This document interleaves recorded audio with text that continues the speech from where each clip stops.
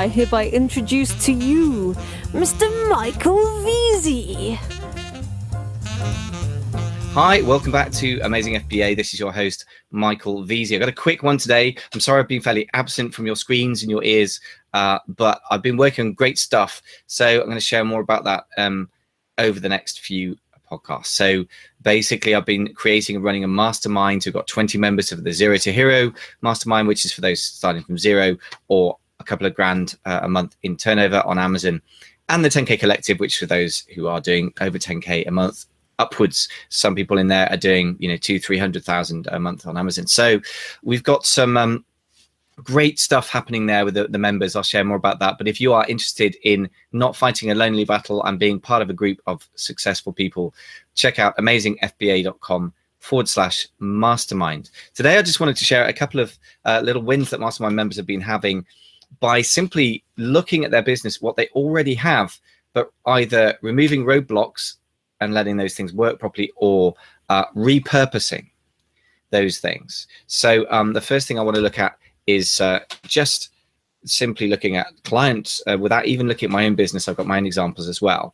One client, he had a product already selling, but he started looking at new products now. That the product that was selling wasn't something he thought of as successful because it wasn't doing a large number of units. I don't remember the exact numbers now, but he was, shifting 20, 30, 40 units a month, which wasn't a great win. But I pointed out that he already had the inventory and actually it was profitable. So as long as he could reorder small enough amounts, that would actually work quite well. So it wasn't a huge win, but the thing is he was about to sort of ditch it before we did the numbers. So the first thing I would say is before you ditch a product, make sure you've done the right numbers, and equally actually true before you start reordering a product. So quite often we get very excited by sales, and it's an entrepreneurial disease to try and get excited about the biggest numbers, particularly if you're new to the game, which is understandable because Amazon and all the training courses out there make a big deal out of sales figures. I think it's only profit that really matters, and more than that, your cash return and how quickly you get your cash back and what the return is on that.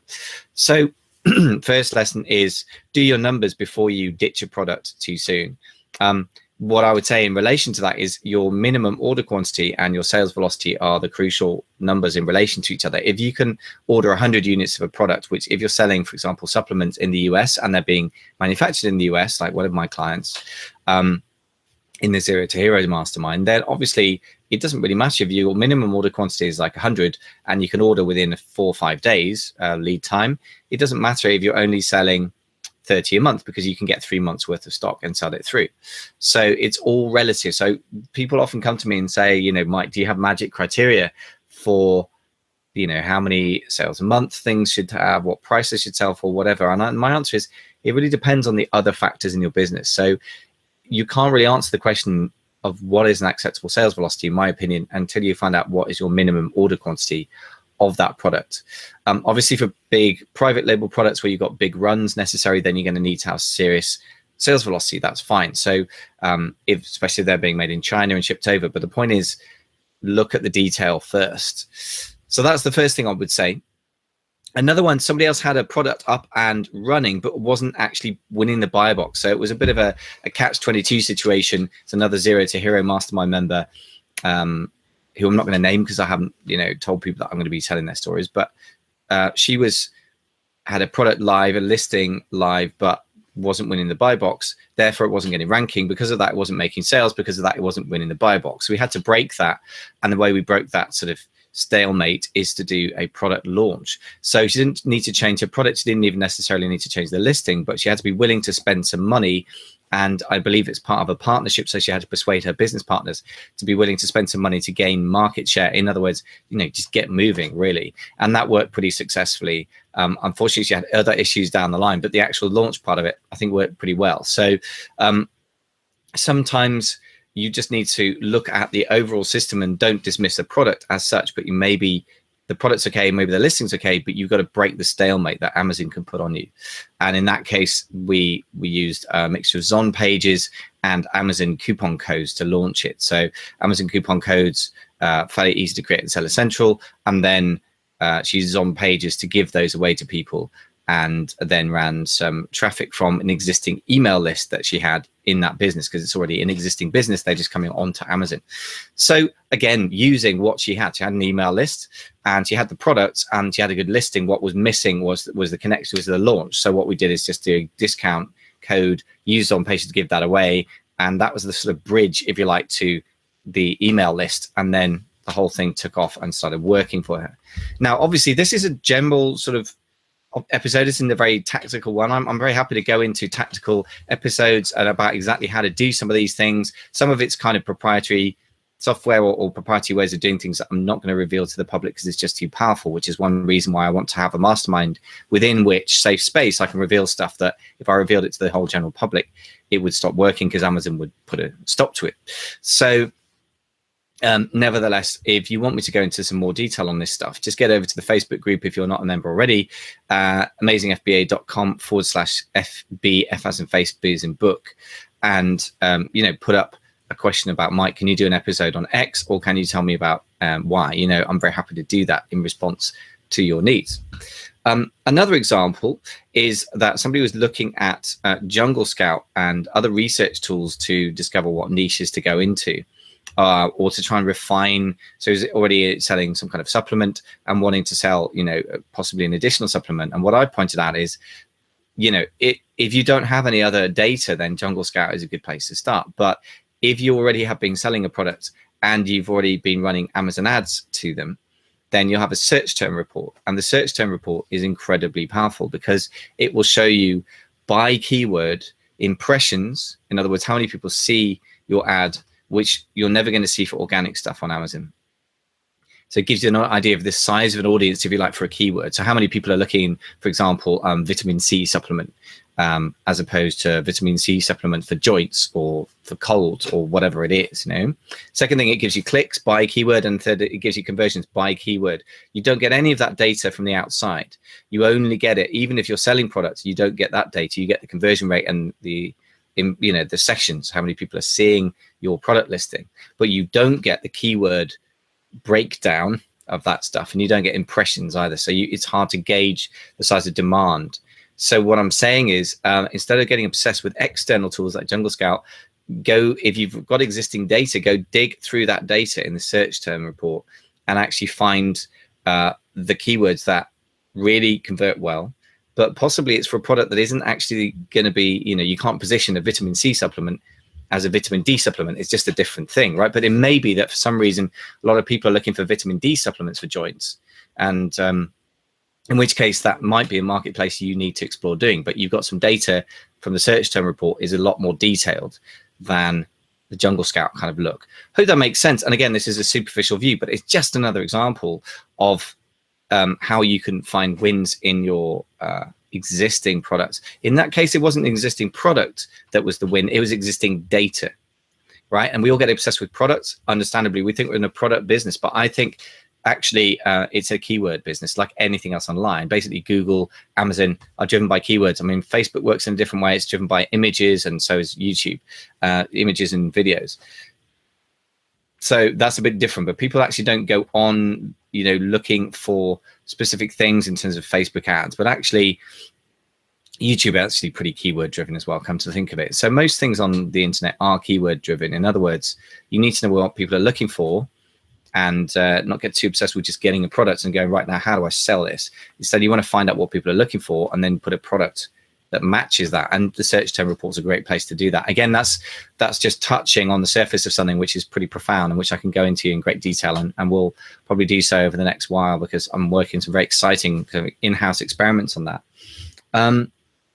That really brings me to the last point, which is that people start looking outside of what they know, and they almost go product agnostic. In other words, I'll sell anything as long as it makes money. And whilst that makes sense, and I kind of feel similarly these days, I'm not obsessed with product for the sake of it, but you're going to find much more success, particularly if you're wanting to private label something, if you stick to what you know, and especially if you already have sold products in an area and you have data from that. It may be that that actual product itself doesn't work very well in terms of profitability, even if it sells, but you could have a related keyword, so like a niche down version of it that sells really well. And my at home example within my own business is that I sold music stand lights, which were battery powered, and then that became too saturated. So although I can make sales if the price was low enough, the profit wasn't there. Then I niched down to rechargeable stand lights, and that became very profitable. And then that's also, I think, nearing a bit of an end. But it could be that something like music stands or lights for reading or something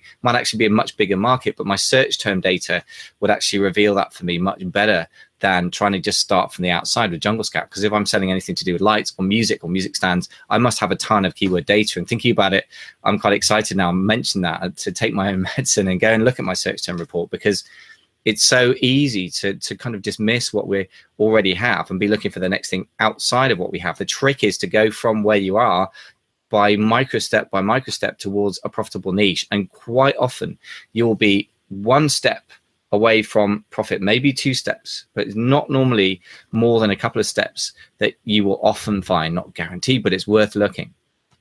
You will often find, a really profitable part of your business that is just waiting to have 1 or 2 or possibly 3 extra steps put in to turn it from a loss to a profit, or to turn it from nothing happening to things happening, or to turn it from useless to useful. So that's a very generalized statement, but I think I've given you some very specific examples. Like I said, if you want me to go deeper into specifics on any one of those, get to the Facebook group and tell me. amazingfba.com/FB, as in face, B as in book.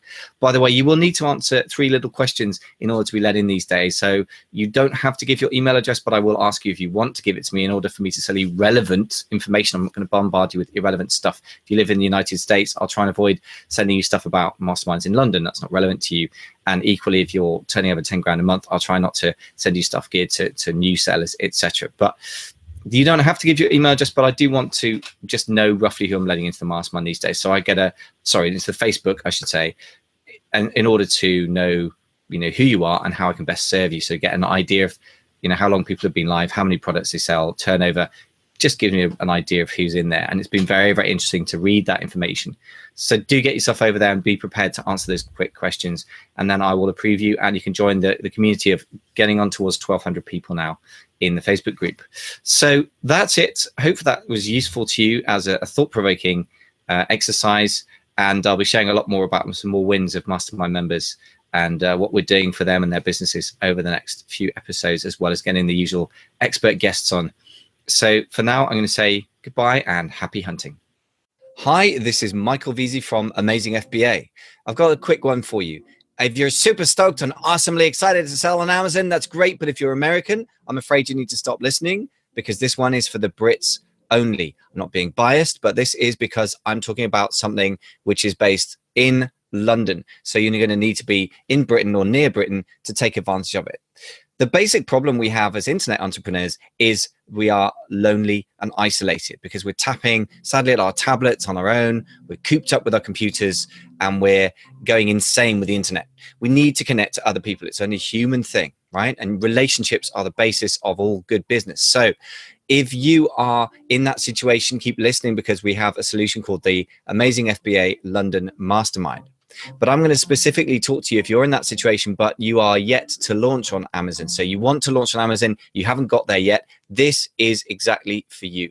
It's called the Zero to Hero Pre-Launch Mastermind. And our aim is very simple: to get you from research or importing, or even if you've got products on the way to Amazon, to launch with your first product live on Amazon. That's our goal. That's our focus. How do we achieve that? Very simple. We have a face-to-face meeting of up to 15 people, no more than that. So it's very, very focused. And you get 30 minutes minimum to talk about your business and focus on the single issue that's blocking you that month to move you forward. The other way we keep you accountable is that we have a video accountability call once a month as well, which it goes in between the physical meetups, so that we keep that momentum going, because momentum's everything, guys. As you know, on your own, you just lose the dream and you fall into slowness, and then the business just dies from neglect. So we do the opposite. We keep it moving, we keep each other motivated, we inspire, and we tell the truth about what doesn't work so other people can learn from it.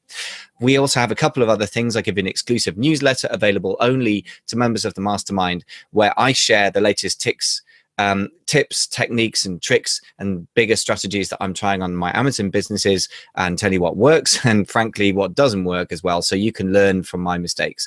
And of course, there's an exclusive Facebook group to share all this good stuff with each other in between the meetings and the accountability calls. So there's a ton on offer here. It's obviously going to be very limited because it's maximum 15 people anyway, but for the first 5 people who come on board, there will be a special deal and a very special price for life. But that's obviously only for the first 5 people who come on board. So if you want to check it out, just go to amazingfba.com/London Mastermind, and you can find out there more about it. You can apply there as well if you want to. And if you move fast, you might even be one of the lucky first 5 people to take advantage of it as well. So that's amazingfba.com/London Mastermind.